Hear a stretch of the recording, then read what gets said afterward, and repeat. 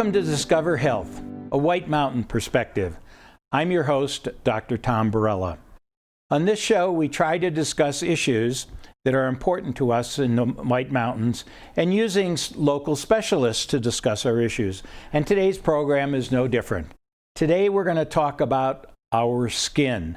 And it may seem like a trivial subject, but we all have skin. And at some time in our life, I would guess everybody will have problems with their skin.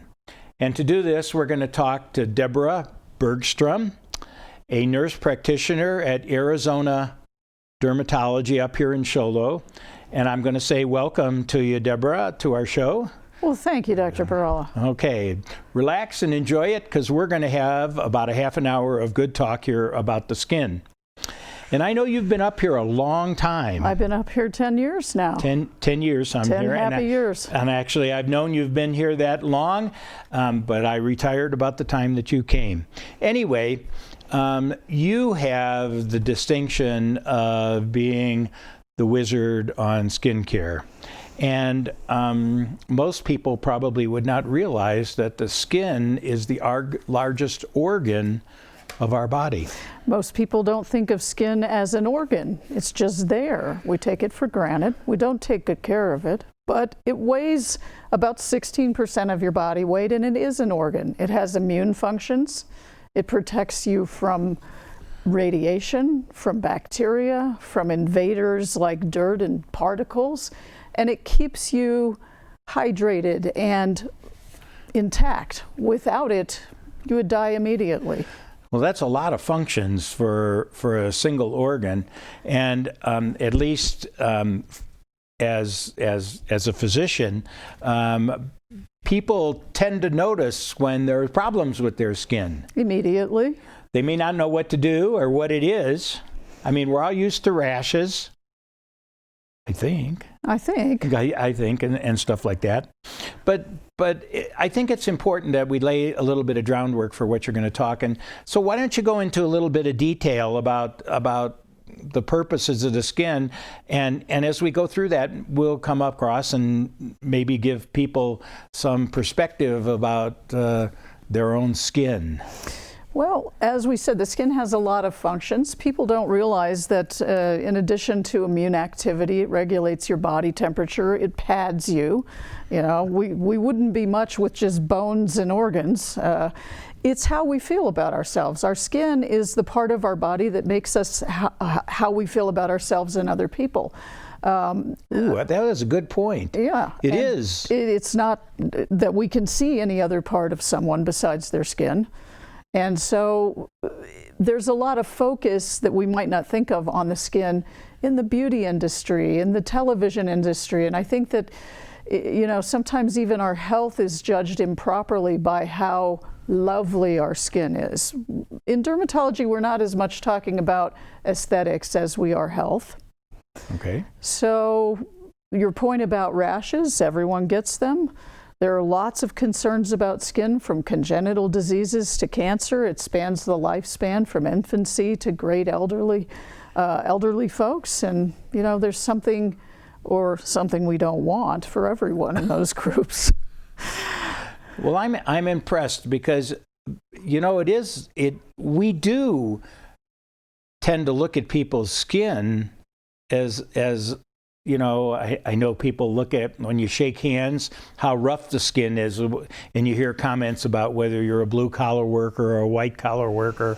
And I know women especially are concerned about their faces, and I know that's an area of aesthetics, which I don't think we're going to talk about today, maybe in depth, but it certainly is a very, very large part of the American economy. Facial plastic surgery is a huge... Well, and non-interventional, non-surgical procedures are booming, and I guess this is a judgment call, but in my opinion, unfortunately, they're booming in a segment that doesn't need it, the under 30 population. Oh. Yes, that's where we're seeing a lot of folks go for non-surgical intervention. Well, I certainly know that Botox is a big issue, and that isn't so much related to skin because Botox affects muscles, but it certainly affects appearance. But I don't want to go down that. Maybe we'll talk about that a little bit later. But it certainly is a very the skin as an organ is very present and stuff like that. And so hydration, a big issue? There are common skin diseases that we all know about. We might not know the names of them, but for example, mothers with rashy kids. Those kids have commonly called eczema, atopic dermatitis. What people don't realize is they may have a little of it all the time. You don't really outgrow it. That was a myth that was popular. We see a resurfacing of it, no offense, at about your age. What's it about? It's about that some folks are born with the inability to hold oily water in their skin, and they're missing some proteins that help them do that. And as we age, our skin thins. Our skin is not full of oil anymore because the little machines that make it are not doing well. That might have to do with lots of different medicines that people take, but aging takes its toll. So hydration is a given. You look at somebody with healthy, happy skin, it's waterproof, it sheds water, it looks elastic, it looks happy. Not everyone has that, and it's a very common problem to have trouble with, especially right now with the hand sanitizer boom. Everybody's got a little hand dermatitis and eczema going on. And that's because we're all making it from alcohol? A lot of hand sanitizers have alcohol. I personally can't use them anymore. Years of being in healthcare, I've washed my hands so many times that I have irritant eczema or inability to hold oil and water now. So a great way to handle that with the hand sanitizer now is to use one made out of sodium hypochlorite. It's not bleach. It's like a pool chemical, and it comes in a hydrating base, and it will actually heal your hand cracks. We ask people with eczema to use it on their whole bodies. It hydrates. It alters the pH back to normal, which is a big issue when your skin isn't hydrated. And that's acidity on the skin? Mm-hmm. Yeah, if your skin's not carrying the proper acid mantle, you're vulnerable to more water loss, terrible infections, and imbalance that makes you grow the wrong bacteria on your skin. It becomes a vicious cycle of itching and dysfunction. Wow, I never thought of the pH or the acidity of my skin as an important part of my health. Well, it's in the last few years, that's become one of the biggest focuses of eczema care, is how do we get the pH back to normal so that the person stops growing dysfunctional bacteria, which leads to water loss and itching, lack of oil, the vicious cycle of skin dysfunction and dehydration. Didn't know that. I guess the old guy can actually learn new things. These conditions are really miserable. The worst, the more serious forms of them, not only do we look at people and say, why would you walk around looking like that? Because they can't help it. And normal things aren't working. They're highly associated with depression and even suicide in adults and teens. Yeah, and that's because physical appearance is so important. Some of it's that. And their skin, and maybe is the first manifestation. Some of it's that. I don't know if you've ever had a night of itching. Yes. Hey, imagine especially that, after I take a bath at nighttime. Imagine that or day shower. in and day out with the normal things we've always used to control these maladies not working for you. I don't want to have to imagine it. But okay. Well, depression is highly associated with these diseases, but the good news is we have some pretty good things to do about them that we didn't used to have even 5 years ago. Now, a lot of people get itchy after they take baths or showers and use soap. So let's expand that and say for people without skin maladies, we're talking about eczema, but just have a lot of difficulty with hand sanitizers, and they notice as life goes on, say past 40, their skin isn't like it used to be. It's not elastic, doesn't stay hydrated. People who take their skin for granted their whole life now notice it's not the same. What you're missing is the ability to hold oily water. Your skin actually has a fabulously complicated, really nifty thing called the lipid bilayer, and it breaks down as we get older. A way to simulate that that's easy and cheap for everyone is to take olive or coconut oil, something people have around the house, and if you're not bathing, if you have bathed, it doesn't matter, but if you're not bathing, to make it half with water, shake it up, and establish that on your skin all over. We need oil, but we need watery oil. We can't use it straight. It just sits on the dry part of our skin. We need to get it inside. So does the oil seal in kind of the water? So the oil makes you hold the water, okay? Naturally, we would do that if we could, and as we get older, we don't do a good job. And then if we seal it with something else, sort of a heavy, rich cream. Lotions, by the way, are not that great. They have alcohol in them. They evaporate immediately, leaving your skin actually drier than when you started. Well, that's interesting, because always in the stores you see these big bottles of lotion and these little jars of creams. Well, for convenience sake, and the marketers know what they're after, the lotion's easy. You can pump it out. Right.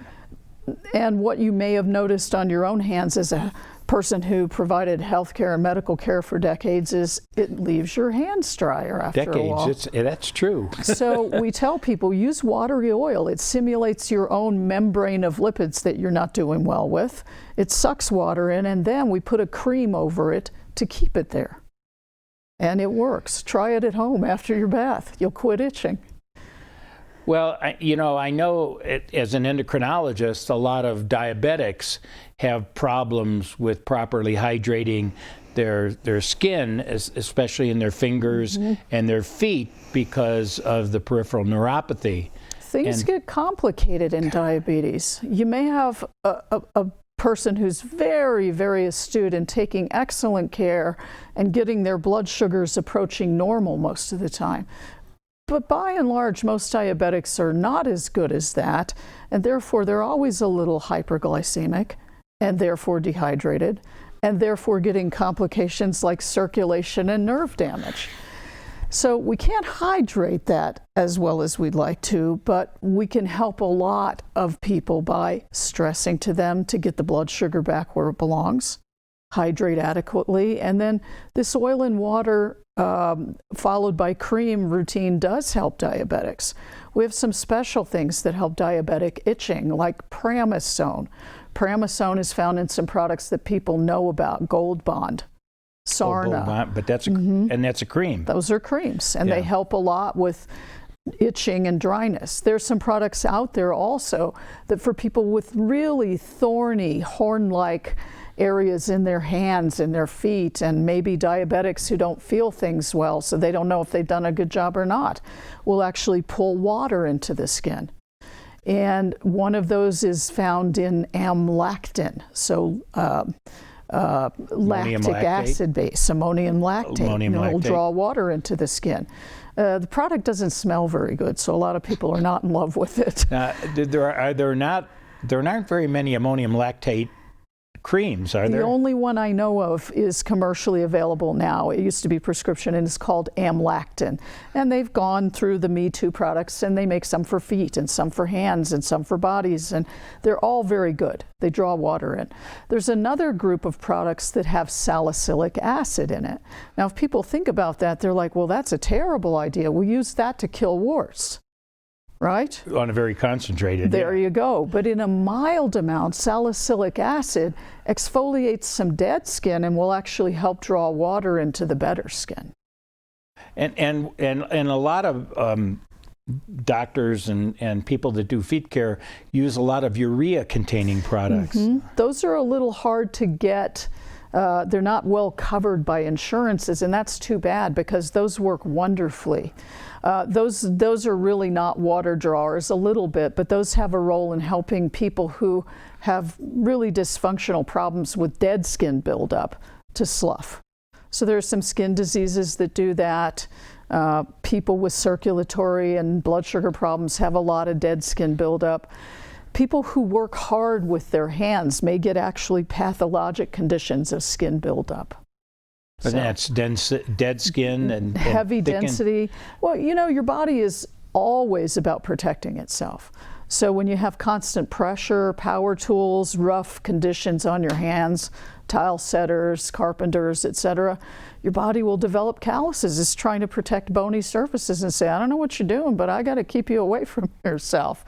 So in some conditions... That's an interesting thought process. Yeah. A callus is protective. We think of it as bad side effect of things. Bunions, maybe, and the calluses on our feet sometimes. The body doesn't know we resent the process. The body's telling us, you know, hey, you want to step on me that way and hurt my bony surfaces, which I'm supposed to protect, then I'm going to protect you back. A lot of thanks I get for it. Our way of looking at that is the calluses and the other surfaces can become pathologic. They're in the way of our shoes or our walking, etc. And in some places, those thick calluses and areas of essentially dead skin crack and leave openings to the lower layers of the skin. But actually, there's an outer layer of the skin, which is the epidermis. It's mostly skin has about 3 layers. We can quibble about science books, etc. But the layer called the dermis makes your living skin cells, and as they mature, they die, and they form the top layer of skin. Okay. Which is, if you will, horn-like or hard. Well, that's a good thing. It holds your water and it protects you from kind of minor trauma. It's kind of like saran wrap on the top of your skin. Sort of. Waxy paper. Imagine being made of jelly. We wouldn't like that. No, you're okay. Wrong analogy. Yeah. I tell people that sometimes your skin is supposed to be almost waxy, and we can see that on people's healthy, shiny skin. Oh, that's what you were referring to. But you're right. Yeah. It really, you can tell.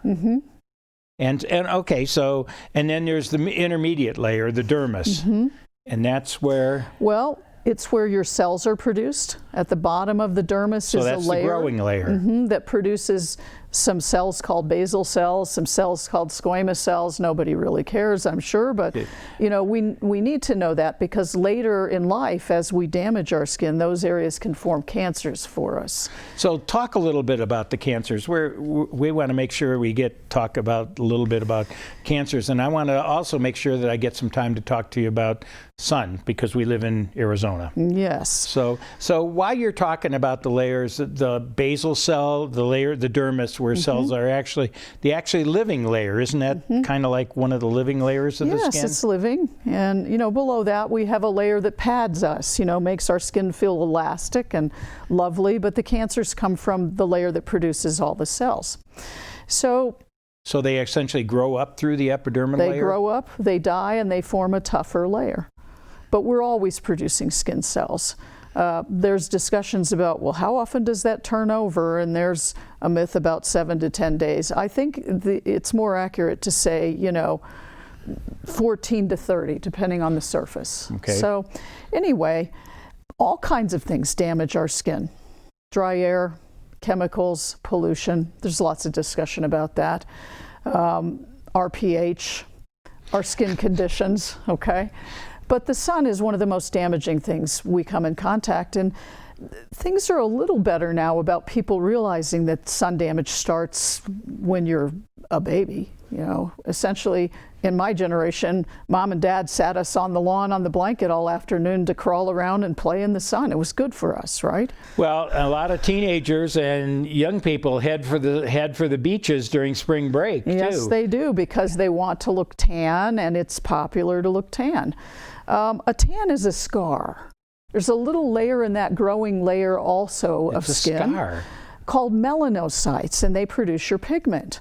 And when you sunburn yourself and then you tan and you do it repeatedly, the melanin layer is just like a callus. It's trying to say to you, do you have to do this? Is that a protective layer? It's trying to be, yes. It's an overabundance of melanin to try to say, no more UV, guys. But it doesn't work that well after a while. Well, if the skin gets older and thinner, I mean, it seems like as you got older, you would have more problems with it. So maybe that's why the teenagers don't worry about it. There's 2 kinds of well, you know they're immortal, right?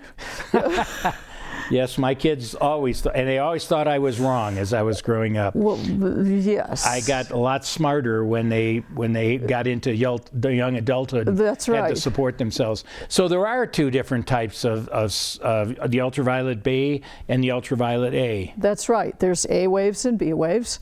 There's some other waves up in the high atmosphere, which is why pilots have so much skin cancer, and also people who live at elevation in the White Mountains. I did not know that pilots had a greater much more than most of us. Skin cancer. Okay, so folks that live at altitude have more too.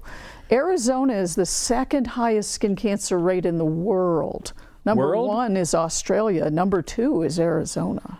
Well, because we have both the desert sun and high mountain climates, and we hardly have any cloudy days. Clouds don't really block UV. UV is not visible. It's a wavelength of light, or actually several wavelengths, A, B, and then the gamma and other rays. Right. A causes deep damage in the dermis. B is, you can say, stands for burning. Sunburns produce a lot of trouble over time with cancer, but A causes damage like the damage we see with wrinkles and age spots and loss of thickness. People come to me all the time and say, oh, my skin's so thin, I guess I'm just old. And I'll say, well, did you notice the skin's thin where you wear your t-shirt, but the skin up here is fine? You're not old. You had way, way too much sun. And it kind of melts your collagen and fat, and I can't put that back for you. So the ultraviolet B rays actually gets down through the epidermis, which is the dead skin, into the growing layer. And that's why it causes... thinning out your collagen. It's causing something we call elastosis, or loss of elasticity. Okay, we have a great picture in here that I call the leather lady, and you can actually see she's lost her elastic thickness of the skin. She's a giant wrinkle. And that's why it's important to protect your face, especially if you want to be a pretty... Women don't want to look that way. So when I get a young woman coming to me about a concern on her face, we start talking about sunblock. We should talk about it with kids. Do they listen? Well, when they're 20 and they're worried about things already, the most important beauty tip I can give women is, oh my gosh, in your teens and 20s, please start sunblocking. First of all, no one wants skin cancer if they knew what skin cancer really was, because I think people are like, skin cancer, it doesn't kill you. It's not a big deal. Well, but there's some truth to most of it. I mean, melanosis can, but... Melanoma can kill you. The other skin cancers, though, are very invasive and sometimes quite difficult to deal with cosmetically. So I was going to say disfiguring when you have to take them off, especially. Yucky. You know, I never really thought about the fact that the ultraviolet rays really penetrates deep into the essentially growing layer, and it obviously must disrupt things that go on in that growing layer. So cancers are caused by the long accumulation of radiation. Now your body immune system is running around every day cleaning up damage. We're never as good as plankton. Plankton is a little one-celled critter, and it repairs 100% of its DNA every day. Maybe your pediatric patients, when they're pretty young and healthy, and that's why when kids are sick, suddenly they're well, repair 80 to 90% of their DNA. As we age, we don't even get 40%. Wow. So all that lengthy damage results in damage we don't repair anymore, especially because most of us keep on radiating ourselves in the car, in the garden, talk to our neighbor Jim at the post office.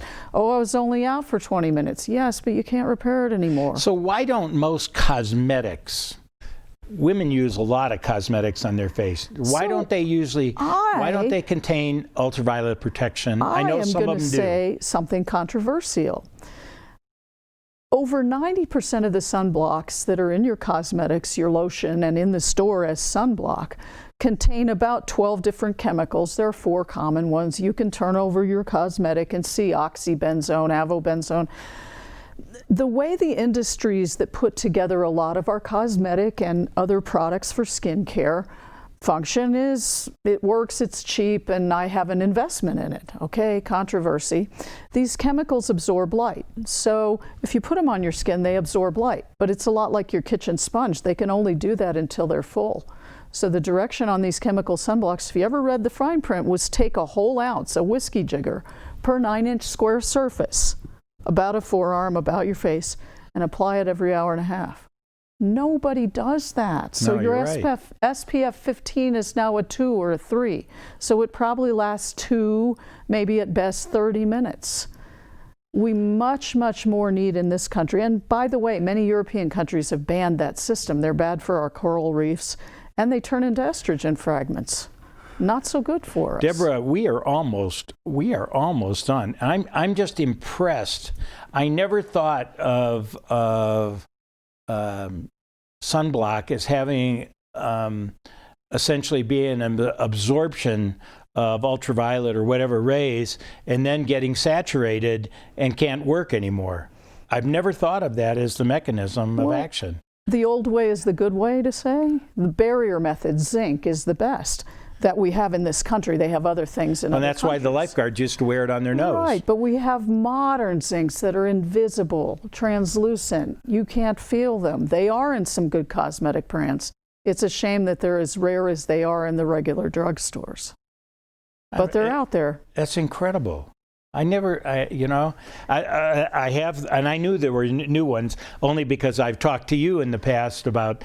Were you in the Navy, Dr. No. Bergstrom? Okay. Well, have you ever seen naval officers and enlisted men painting and scraping a boat? Zinc is boat paint. Yeah. Well, we are out of time as I just have scratched the surface of the things that I want to talk to you about. Well, thank you. Terribly interesting, and I don't think people understand how important it is to take care of their skin until we're all too old, and then we realize that we should have taken care of ourselves when we were younger. I'm going to say thank you to Deborah to come in and talking to us, and I must apologize for not getting farther into the topics that she had planned to talk about today, only because it's so interesting to listen to the way our skin works. And so I'm going to tell you to be careful in the sun, take care of your skin, and look pretty as you get older. And thank you for watching Discover Health today.